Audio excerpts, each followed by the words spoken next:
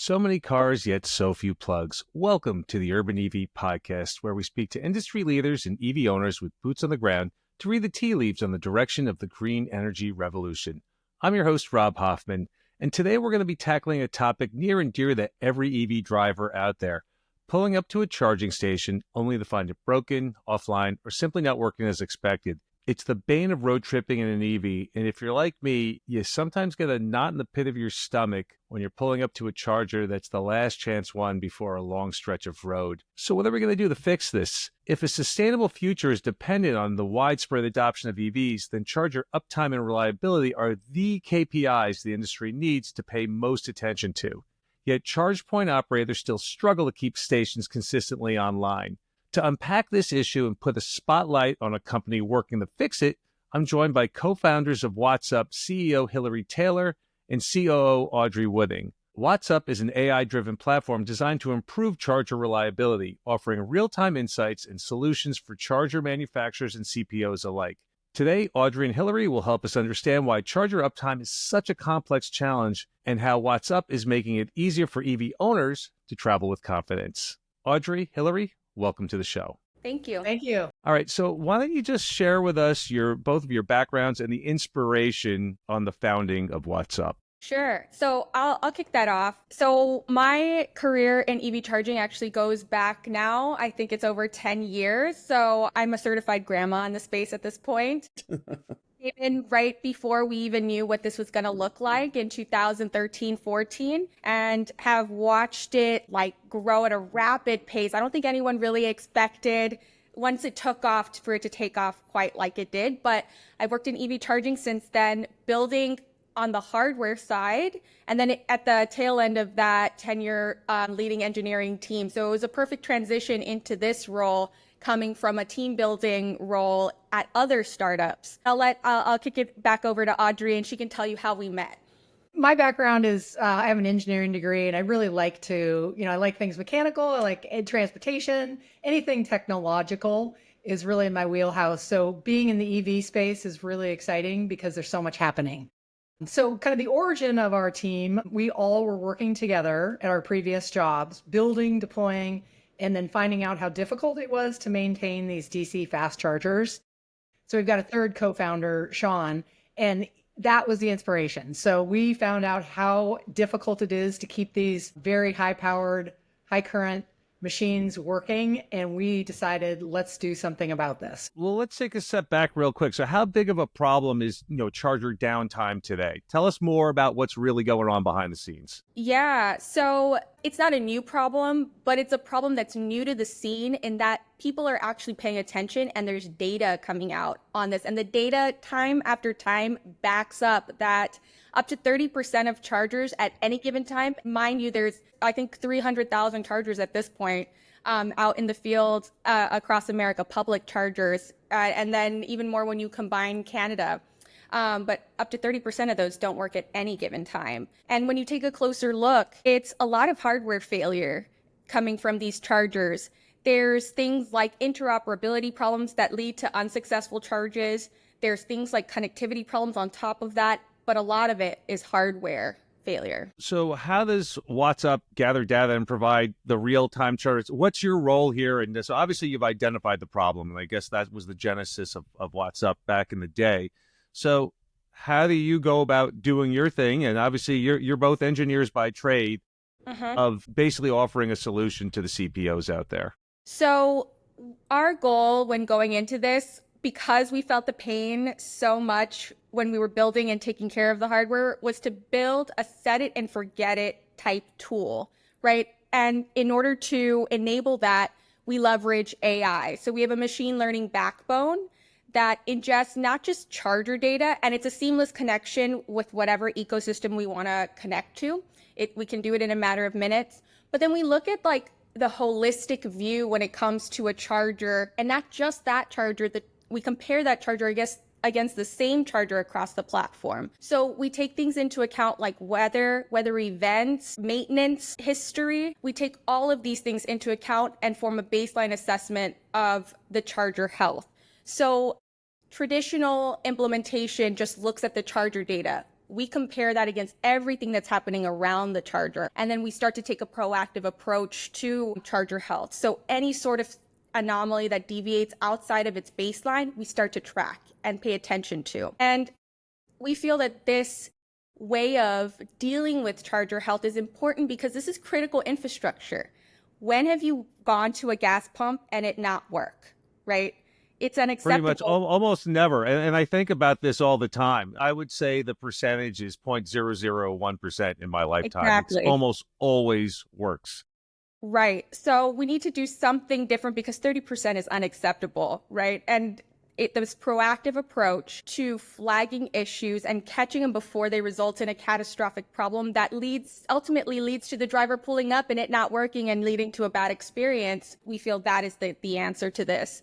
And then as a multi-pronged approach to reducing costs for the site operator, we've not only taken this proactive approach, we then take this information and empower technicians to increase their first time fix success rate. So when they get on site, the goal is to have them get on site once and they're done. That's our approach to charger reliability. All right. So this is one of those things that sounds amazing in theory. So talk to me more about in practice and execution. Who are you working with? And Yeah. do you have any numbers to share to show where things were and where they ended up after you basically won the contract with the CPO or the manufacturer? So we have 5 pilot customers. We can release the name of one right now because it's a public announcement, and we have a few public companies that we're working with that we can't yet announce, but Miller Electric is one of them. That is actually our first pilot customer, but we're live. We're being used daily. And we track charger downtime and the bottlenecks associated with the downtime. We separated that into 3 different parts. It's time to acknowledge. So time to acknowledge that there's a problem. A big problem in the field today is charge site operators don't even know that the charger is broken. There's this huge lag time between when an anomaly occurs and when they actually realize, hey, this charger hasn't been used in a while. So that's one of the metrics we track. Time to respond. So that is once the site operator realizes there's an issue, then there's a bottleneck in, well, who's going to help me solve this issue and who's the best party to do that? And then time to repair.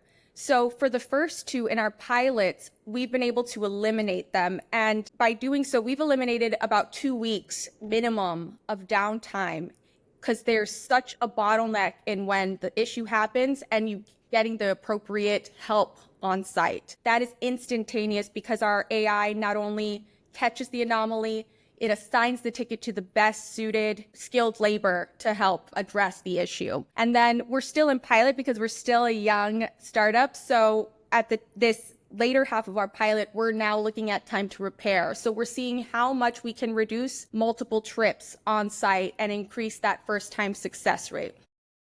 That's awesome. You know, we've had a Graham Cooper. He worked at National Grid UK. He was a former guest of ours, and he's talking about how there's a regulatory angle over there in the UK where they have to have 99% uptime. Yeah. Yeah, is that realistic? Are those numbers real? You know, because I almost feel like sometimes it's a pie in the sky kind of concept. Mm-hmm. Do you think, I don't even know if there are regulatory, I think especially with the Trump administration, there probably aren't going to be any coming anytime soon. Are there any regulations right now that these CPOs need to adhere to for uptime reliability? So basically, what realistically can you do to bring it up to that 99% number? Sure. And yeah, there actually is. It's not quite as severe as the UK with 99, but I'm pretty sure NEVI standards are 97. And anyone who's accepted money from the federal state level for NEVI has to comply. Let's Is anyone enforcing that though? So, and not to give away the industry secret. So it is enforced, but if the charger is up and delivering data, most of the time that's counted as 97% uptime. It's not looking at whether the charger can complete a successful charge. And the industry does, on the down low, acknowledge this. And this is where we come into play as the player that helps them actually achieve a real 97% uptime. And it is difficult. It really is. But what it comes down to is providing the industry with a solution that gives foresight and allows all of these disparate stakeholders to be aligned so that when this charger does need service, everything is pre-planned and that resource is allocated. Forget about the regulatory angle of it. Is the incentive there for the charge point operator to basically deploy your solution? Obviously, uptime equals more money, but there's a balancing act here, right? I mean, can they just be like, well, you know what? 70% is good enough. I don't really need to go to 100 because it's going to cost me X to get there. But what's the real kind of motivation for the manufacturers and CPOs to actually, employ a solution like yours? So if you'd asked me a year ago, I'd say, the scenario you put forth where 70% I'll take it, but we've reached on a nationwide average the level of profitability for charging. So for the first time ever, on average, charging is profitable. So the money aspect really comes into play now because we're over that 15% utilization threshold that leads to profitability. I think we're at like 17 or 18% with DC fast chargers. So it means that they're losing a considerable amount of money a day, every day the charger's down. So I would say that's becoming a top of mind issue. And because of that, we're seeing an influx of site operators, like they're talking to us about this issue. So I want to get a little technical and ask some questions kind of about how things work, how the sausage is made. Do you guys collect the data directly from the chargers themselves? Do you get the data through the charge point operators platforms? Kind of how does that work? And are you working with a number of different manufacturers to have access to that kind of data? So we go direct to the site operator and we can integrate in 3 different ways. We are meant to be super flexible so that we can enter any existing ecosystem. So the first way, and we're piloting this, is via proxy. So we're sort of a man in the middle approach. The ecosystem doesn't know we're there, but the data gets sent to us directly, and then we pass on to wherever that needs to go. The other way we're integrated today is via data lake. So there's a pool of data from all of these chargers, and we pull from the lake and into our own data lake. And then we are working on an API integration. So just push pull functions on each platform. But it's very simple and we can integrate in a matter of minutes. It's just about access. I'm curious about the ChargeX consortium. Are you all trying to develop standards right now with the API so that everyone can talk to each other? What's going on behind the scenes over there? It's more about standards with how to define. I mean, there was a big conversation on what is a successful charge? When is it not successful? It's like baseline terminology that will in effect set the standards for what people deem successful. And then there are different working groups. So there's a diagnostics group. And I believe that group passed on the information to SAE so that actual change can happen. That I think what we did was it was hard, but the easy part now, we need to get it passed in standards, which is notoriously, time consuming. But I do anticipate those changes being incorporated, which is exciting. So why don't you walk us through what truly constitutes a successful charge, right? I know there's hardware, there's software, there's a few things that have to happen. And once again, when we discuss these things, when we apply these sort of analytics to it, sometimes there's some sort of, stuff that gets kind of washed away in between the lines, right? For me, from a user perspective, you pull up to the charger, right? It's got to be online mechanically. It's got to be there. The cable, needs to still be attached to the charger. No one's run off to sell the copper. Fine. So I get there. It's online. So that's number one, right? Then I have to plug it in. It's got to initialize and speak to my car. Then it's got to actually charge at the stated rate, right? Or close to it, right? Because it's obviously there's a window there. Where do things break typically? And I mean, just coming from charging, building the charger and doing all of that interoperability test, there's so much room for something to fail, actually. And I think what the industry is kind of getting over is just because a charge starts, you're not in the clear yet. You need to hold yourself or hold the charger accountable for that entire charge session. And there's a lot that can go on there. So I think one of the biggest hurdles is payment authorization. There's all these different payment forms. You have to get over that hurdle. And then, the charger needs to initiate the charge, right? That's another hurdle.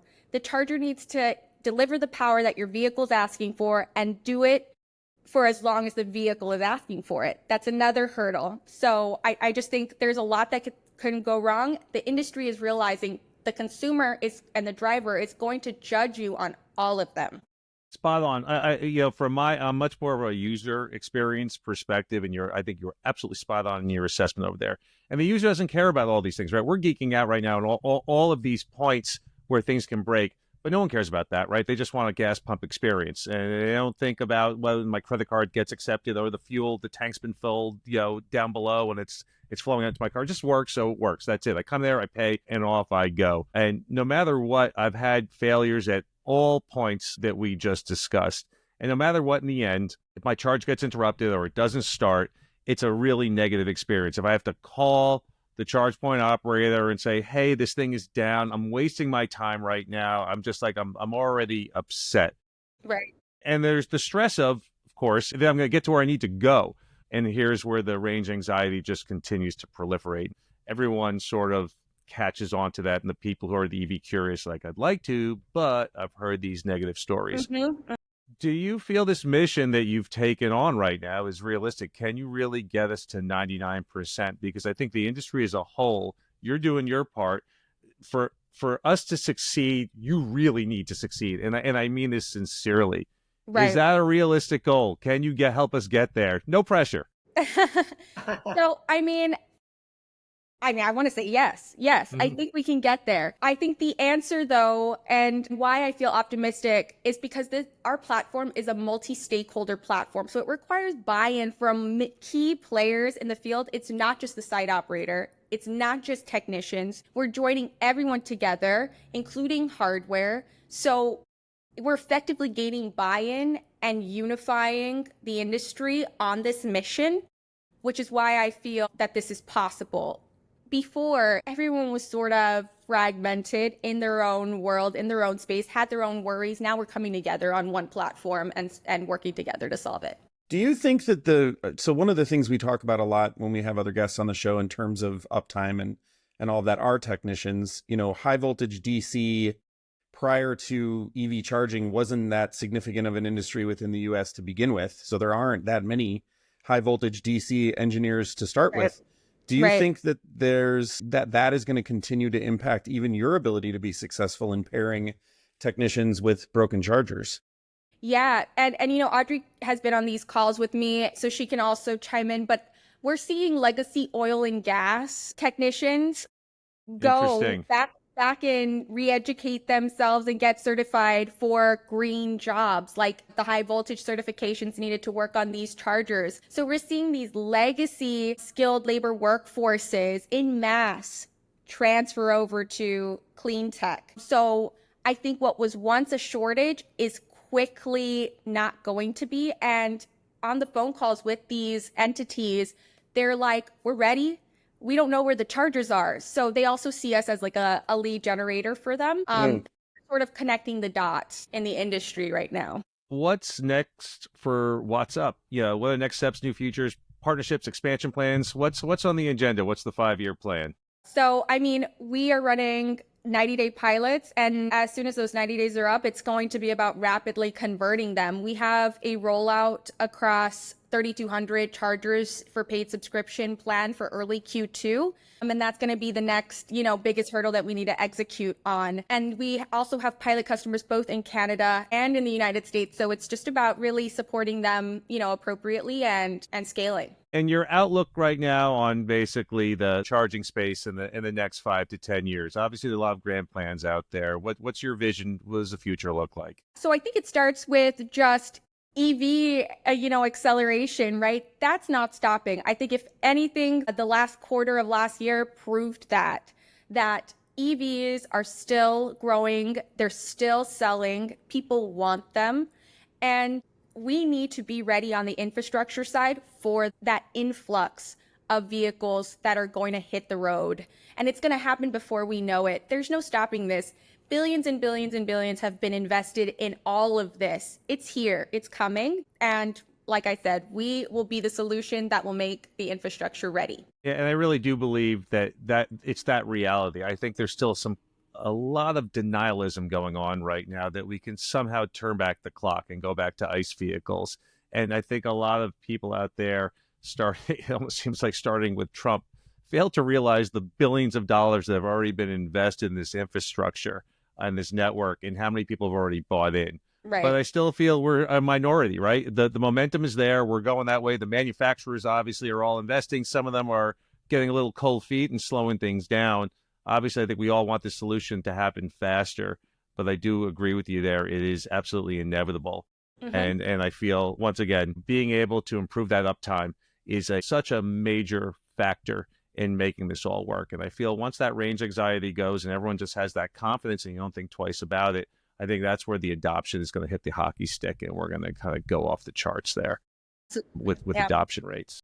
Robert, I would add too, if we sort of take that view out and look globally, like compared to our neighbors to the north and all sorts of directions, we are a little behind. So I believe that we're going to be catching up pretty quick. We may be just a little bit slow right now, but it's going to accelerate very quickly. Agreed. And do you have any expansion plans to go into Europe or, dare I say, China? Is that a possibility? So I think Europe for sure. We're getting a lot of inbound interest from Europe. I think template of success once we roll out over the United States, and then we'll take that template and apply it. Okay, so the future seems bright. As far as the actual hardware operators that you're working with, are there specific ones that you need to work with, or does your platform work across the board? Yeah, so we work with both OCPP compliant and OCPP non-compliant chargers. So think like legacy chargers before the OCPP standard had really taken shape. We work with both. Going back to AI, we utilize AI to dynamically adjust our database based off of the charger we're looking at. And we're agnostic in the truest sense in that we're integrated right now over 10 different brands of hardware. Hilary, Audrey, thank you so much for the incredible insights and the work that you're doing with WattsUp. I can't believe you've been around for 10 years up. So you saw this as an issue already back then. You're like, hey, these chargers here, they're not reliable. This is a problem here. This is going to slow down. Yeah. So it was like anecdotal. So I saw it building, but there was no data, no large data sets on it yet. So I just felt like, am I crazy here? Like, am I the only one seeing this? Then in 2022, I'll never forget, there was a study done that was like, hey, this is awful, guys. This is awful. And then there was just another one and another one. I think like Harvard did one, JD Power did one. And so, yeah, it just reaffirmed what I had been thinking for at least 5 years. This is when it became really like up in my face. It's cool because I know, as we're just always talking about this thing here, and I'm always banging this drum against, Electrify America. And I think that was like my first experience. I got a Kia, and like, you get all these free Electrify America hours. I knew about the reputation, and you start going out there and I'm like, wow, my wife is like, this sucks. Like, like I know you're the one that kind of led the charge here to get an EV. And like, I would never in a billion years get an EV because of this charging experience. Right. And you realize the manufacturers, there's a sort of a disconnect. They're like, well, they're just building cars and they're working on that technology. Yeah. I remember I took a trip from, so I was working in Boston, and our manufacturing facility was in Buffalo, New York, and I took an EV, and it turned a 7-hour trip to a 17-hour trip because Whoa. I find charging, and that really was like, what am I doing? Like, there's something wrong here. There's no way this industry is going to succeed or expand really beyond the early adopters when you have those kinds of stories, and they're not that unusual. Yeah, we've already had some bonkers moments as well, not nearly as bad as yours, but this is awesome. But I mean, I think in the end, to run a business, we discussed this. So the CPOs, they're realizing, hey, it's worth our while to incorporate your technology. Obviously, you're agnostic, so it should plug and play into almost any system here.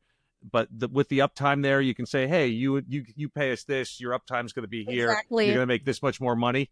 Exactly. That's exactly what we do. We market ourselves as a we pay for ourselves tool, right? And gain you just so many more days and uptime that you don't feel the expense of us. It's wonderful. So how can the listeners find you or more about WattsUp online? We're at WattsUpEV.io. Type that in your browser and it'll take you to our website. Hilary, Audrey, thank you for being on the show. A reminder to all our listeners at home that you can find us on LinkedIn or your social media platform of choice. Don't forget to subscribe and be sure to share with your friends and colleagues. Your review or feedback is always appreciated. The road to sustainability starts at the plug, and that's why we're here. So we'll see you all next week on a new episode of the Urban EV Podcast.